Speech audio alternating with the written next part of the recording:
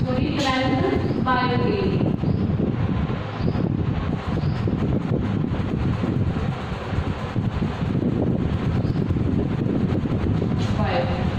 Subject है अपना zoology.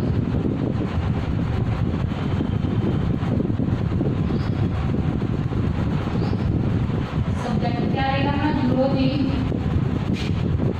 और टॉपिक या अपना चैप्टर है ह्यूमन रिप्रोडक्शन।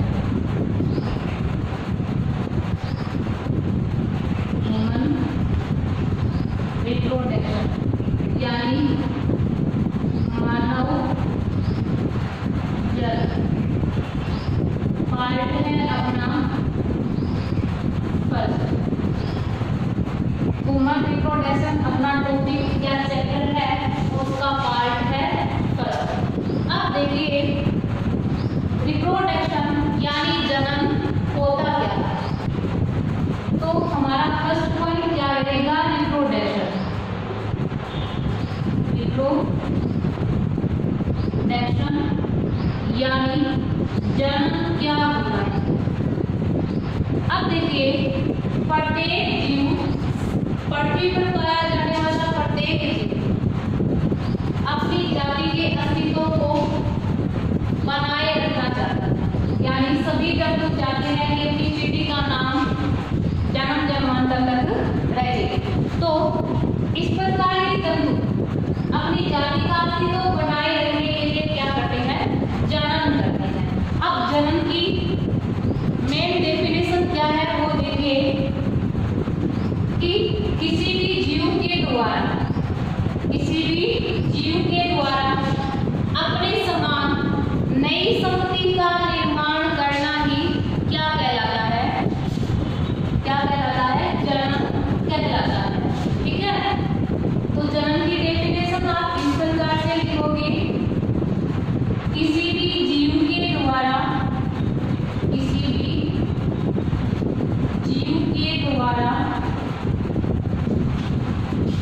अपने समान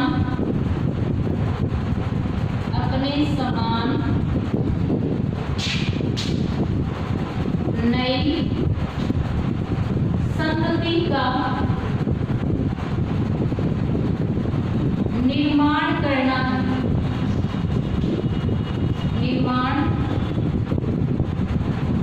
करना ही जन्म कहलाता है। रिप्रोडक्शन यानी जन्म क्या होता है कि किसी भी जीव के द्वारा अपने समान नई संपत्ति का निर्माण करना ही क्या कहलाता है, जन्म यानी रिप्रोडक्शन कहलाता है। जन्म जंतु क्यों करते हैं, प्रत्येक जंतु को अपनी जाति या वंश का अस्तित्व बनाए रखने के लिए क्या करते हैं, रिप्रोडक्शन यानी जन्म करते हैं।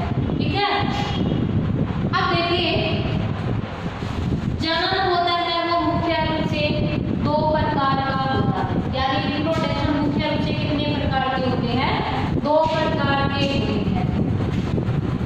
टाइप ऑफ रिप्रोडक्शन की अपन बात करेंगे। टाइप ऑफ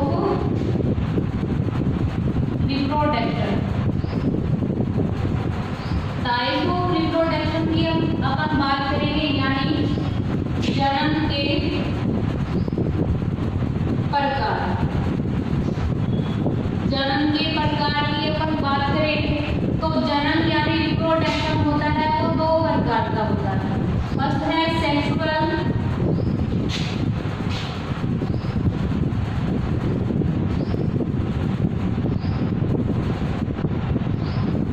रिप्रोडक्शन, सेकंड है एसेक्सुअल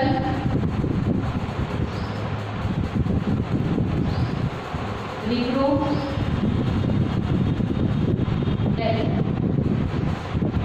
जन्म जंतुओं में कितने प्रकार का होता है, दो प्रकार का होता है। फर्स्ट है सेक्सुअल रिप्रोडक्शन, जिसको लैंगिक जन्म कहा जाता है। इसको क्या बोलते हैं, लैंगिक जन्म कहा जाता है। सेकंड है एसेक्सुअल रिप्रोडक्शन, जिसको अलैंगिक जनन बोला जाता है। फर्स्ट सेक्सुअल रिप्रोडक्शन है जिसको लैंगिक जनन बोला जाता है। सेकंड है एसेक्सुअल रिप्रोडक्शन यानी अलैंगिक जनन। जनन की डेफिनेशन आप सभी को पता चल गई। अब बात करते हैं सेक्सुअल रिप्रोडक्शन क्या होता है। आप सभी जानते हो कि मेल और फीमेल यानी नर और मादा जंतुओं के द्वारा मेल और फीमेल गैमेट्स यानी नर और मादा जंतुओं का क्या किया जाता है, निर्माण किया जाता है।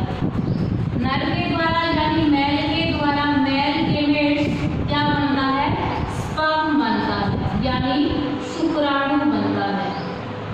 क्या बनता है, शुक्राणु बनता है। बट फीमेल के द्वारा यानी मादा के द्वारा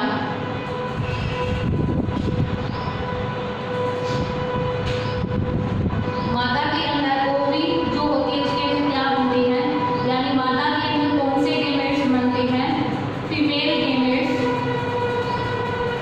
और यानी अंडाणु का क्या होता है, निर्माण होता है। अब देखिए लैंगिक जनन क्या होता है। मेन पॉइंट अपना था लैंगिक जनन क्या होता है। उससे पहले आपको पता होना चाहिए कि मेल और फीमेल, मेल को हिंदी में बोलते हैं नर और फीमेल को हिंदी में बोलते हैं मादा। मेल के द्वारा मेल गैमेट्स स्पर्म यानी शुक्राणु बनते हैं, जबकि फीमेल के द्वारा फीमेल गैमेट्स ओव्यूल यानी अंडाणु का क्या होता है, निर्माण होता है। ठीक है। अब देखिए लैंगिक जनन क्या होता है।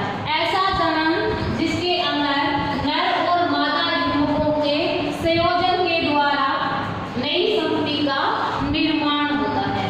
कहने का नहीं समझ गए, ऐसा जनन जिसके अंदर नर और मादा युग्मकों का क्या होता है, संयोजन होता है, क्या कहलाता है, लैंगिक जनन यानी सेक्सुअल रिप्रोडक्शन कहलाता है। सेक्सुअल रिप्रोडक्शन आप मनुष्य के अंदर देख सकते हैं, यानी इसका सबसे अच्छा एग्जांपल सेक्सुअल रिप्रोडक्शन का कौन है, मनुष्य, क्योंकि मनुष्य के अंदर सेक्सुअल रिप्रोडक्शन मिलता है। ठीक है। अगर एनिमल भी है जिसके अंदर सेक्सुअल रिप्रोडक्शन पाया जाता है, बट मनुष्य इसका सर्वश्रेष्ठ एग्जांपल के रूप में आप ले सकते हो। सेकंड है अपना एसेक्सुअल रिप्रोडक्शन। एसेक्सुअल रिप्रोडक्शन क्या होता है, ऐसा जनन जिसके अंदर नर और मादा युग्मकों का संयोजन नहीं होता। ऐसा जनन जिसके अंदर नर और मादा युग्मकों का संयोजन नहीं होता, फिर भी संतति का क्या होता है, निर्माण होता है। उसको क्या बोलते हैं, अलैंगिक जनन कहा जाता है। अलैंगिक जनन आपने पढ़ा होगा किसी क्लास के अंदर, बडिंग हो गया, जेम्यूल्स हो गया, फ्रेगमेंटेशन हो गया, ये सारे के सारे क्या है, एसेक्सुअल रिप्रोडक्शन यानी अलैंगिक जनन। तो जनन और जनन के टाइप्स आपको बता दिए गए हैं। सेक्सुअल और एसेक्सुअल रिप्रोडक्शन क्या होता है। लैंगिक जनन ध्यान रखना, जिसके अंदर नर और मादा युग्मकों का संयोजन होता है, उसको लैंगिक जनन कहा जाता है। एग्जाम्पल के रूप में दिया था मनुष्य। ठीक है। मनुष्य के अंदर सेक्सुअल रिप्रोडक्शन आप आसानी से देख सकते हो। एसेक्सुअल रिप्रोडक्शन जिसके अंदर नर और मादा युग्मकों का संयोजन नहीं होता, ऐसा जनन क्या कहलाता है, अलैंगिक जनन कहलाता है। जैसे बडिंग की क्रिया के द्वारा कुछ जंतुओं में जनन होता है, उसमें फ्रेगमेंटेशन के द्वारा यानी खंडन के द्वारा जनन होता है। ये सारे के सारे क्या है, अलैंगिक जनन ही है। ठीक है। अब आगे हम बात करते हैं difference between sexual and asexual reproduction. अगला जो नेक्स्ट पॉइंट है अपना क्या है, डिफरेंस बिटवीन सेक्सुअल यानी लैंगिक और अलैंगिक जन्म के अंदर क्या अंतर। जो इंडिपेंडेंसी है उसके लिए हेडिंग है या जो पॉइंट है उसकी हेडिंग के रूप में क्या लिखोगे आप, difference between sexual and asexual reproduction, ठीक है। और हिंदी वाले क्या लिखेंगे, लैंगिक और अलैंगिक जन्म में अंतर, जन्म में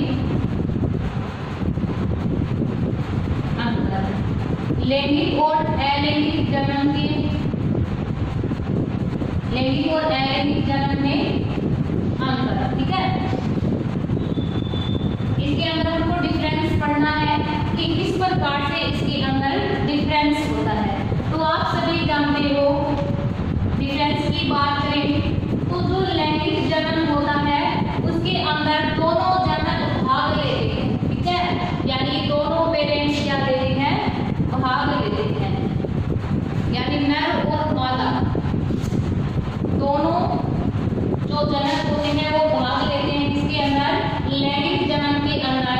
बट अलैंगिक जन्म के अंदर दोनों जनक भाग नहीं लेते, यानी इसमें नर और मादा दोनों जनक भाग नहीं लेते। ध्यान में रखना कि इसके अंदर मेल और फीमेल यानी नर और मादा दोनों जनक भाग लेते हैं, जबकि अलैंगिक जन्म के अंदर नर और मादा दोनों जनक भाग नहीं लेते।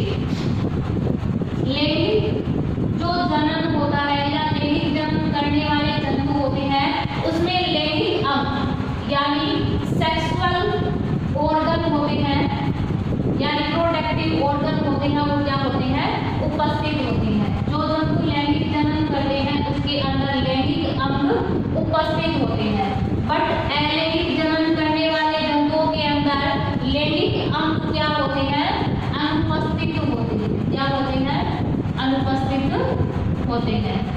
तो दो डिफरेंस आपको पता चल गए।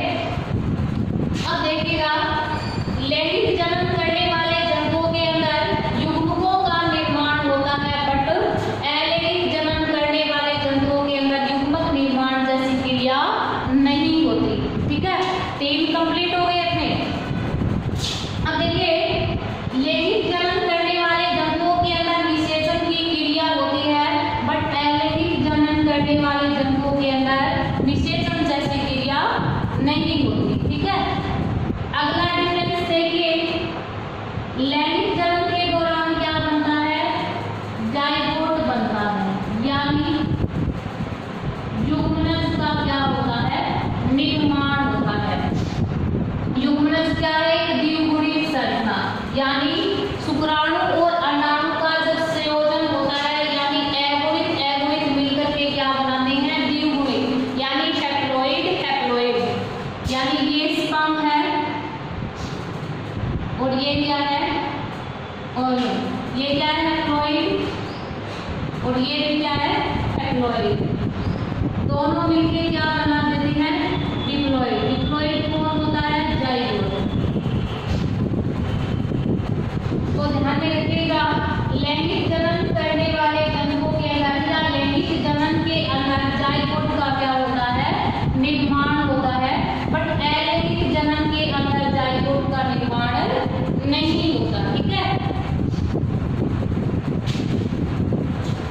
अब देखिए, लैंगिक जन्म करने वाले जंतुओं के अंदर लैंगिक जन्म करने वाले जो जंतु होते हैं उसके द्वारा जो संतति उत्पन्न होती है वो अपने माता पिता से भिन्न लक्षणों वाली होती है, क्योंकि इसके अंदर जीन विनिमय की घटना होती है, ठीक है। और अलैंगिक जन्म करने वाले जंतुओं के अंदर या जंतुओं के द्वारा जो संतति उत्पन्न की जाती है वो अपने माता पिता के क्या होती है, समान होती है, क्योंकि इसके अंदर जीन विनिमय की घटना नहीं होती, ठीक है। अब देखिए, जो लैंगिक जन्म होता है उसका जैव विकास भी क्या है, अत्यधिक महत्व होता है, बट अलैंगिक जन्म का जैव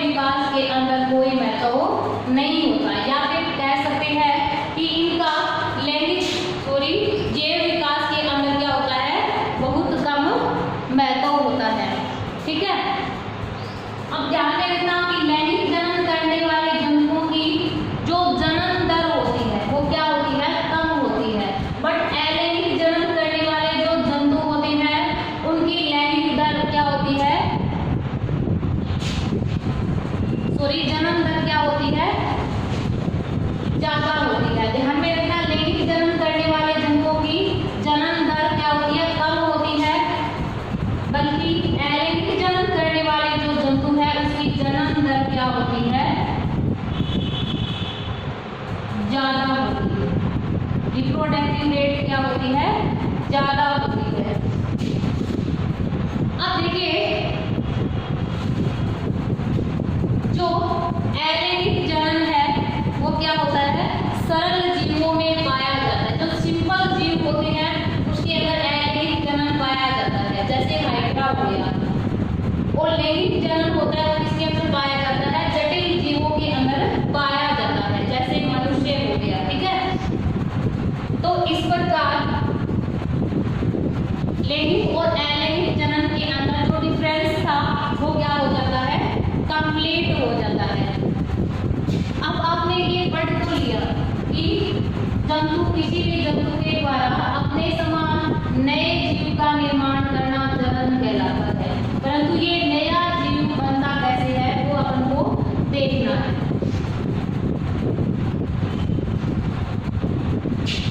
तो ये देखिए ये है मेल यानी नर, ठीक है। ये है फीमेल यानी मादा। ये फ्लो चार्ट आपको बनाना है, ठीक है। मेल के अंदर बनते हैं मेल गेमेट्स यानी शुक्राणु।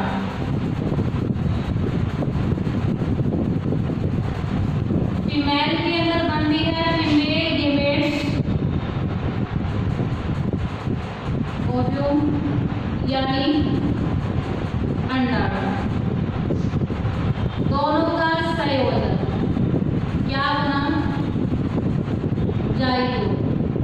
जाइगोट हमेशा क्या होता है, जाइगोट हमेशा क्या होता है, डिप्लॉयड होता है। स्पर्म और ओवा के केंद्रकों का संलयन हुआ जाइगोट बना, परंतु इनका संलयन हुआ उसको क्या बोलते हैं, फर्टिलाइजेशन। फर्टिलाइजेशन यानी निषेचन। फर्टिलाइजेशन यानी निषेचन बोला जाता है। जाइगोट यानी युग्मनज बनने के तुरंत बाद ही उसके अंदर क्लीवेज यानी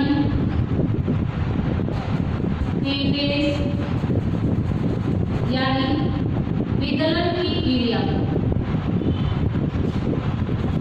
विदलन की क्रिया क्या हो जाती है, प्रारंभ हो जाती है। विदलन होते क्या है, जाइगोट में होने वाले समसूत्री विभाजन। जाइगोट में होने वाले समसूत्री विभाजन क्या कहलाते हैं, क्लीवेज यानी विदलन कहलाते हैं। जब जाइगोट में पहला क्लीवेज हुआ तो क्या बनी, टू सेल यानी दो कोशिकाएं बनी। दो में हुआ तो कितनी बनी, चार सेल यानी चार कोशिकाएं बनी। इन चारों में हुआ तो कितनी बनी, 8 कोशिकाएं बनी। कितनी बनी, 8 कोशिकाएं बनी। इन 8 कोशिकाओं में वापस से क्लीवेज हुआ तो कितनी बनी, 16 कोशिकाएं बनी।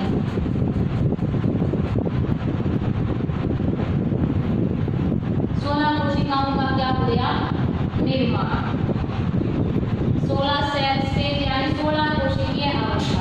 16 कोशिकीय अवस्था को अपन बोलते हैं मोरूला। क्या बोलते हैं, मोरूला। इन 16 कोशिकाओं में वापस से जब क्लीवेज होता है तो 32 सेल बनती है जिनको बोलते हैं ब्लास्टुला। ब्लास्टुला, ठीक है।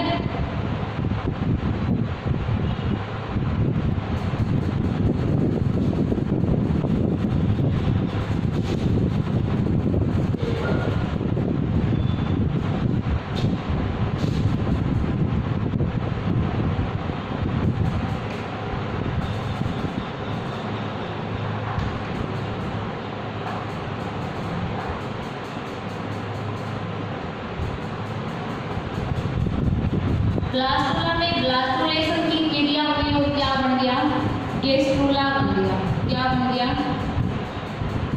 गेस्ट्रूला बन गया। ठीक है, अब इस गेस्ट्रूला के अंदर होता है उत्तक विभेदन की क्रिया होती है और ये उत्तक विभेदित होकर के इसमें क्या होता है? उत्तक विभेदन होता है।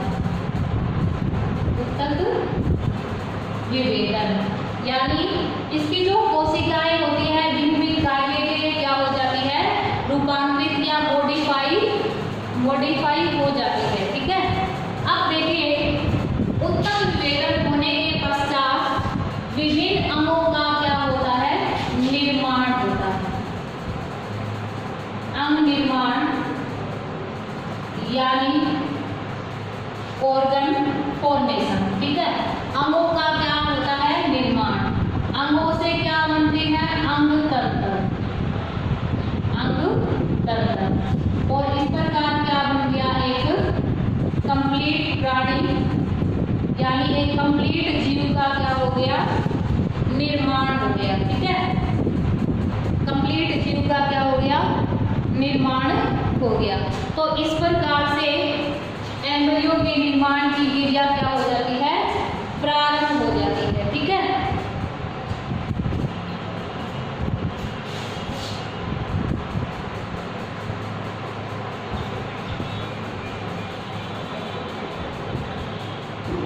अगला नेक्स्ट पॉइंट है अपना सेक्सुअल। कुछ पॉइंट्स हैं छोटे छोटे जिनको आपको ध्यान होना जरूरी है, मतलब जिनके बारे में पता होगा तभी हम आगे के टॉपिक कर पाएंगे। ठीक है, सेक्सुअल डाइमोर्फिज्म।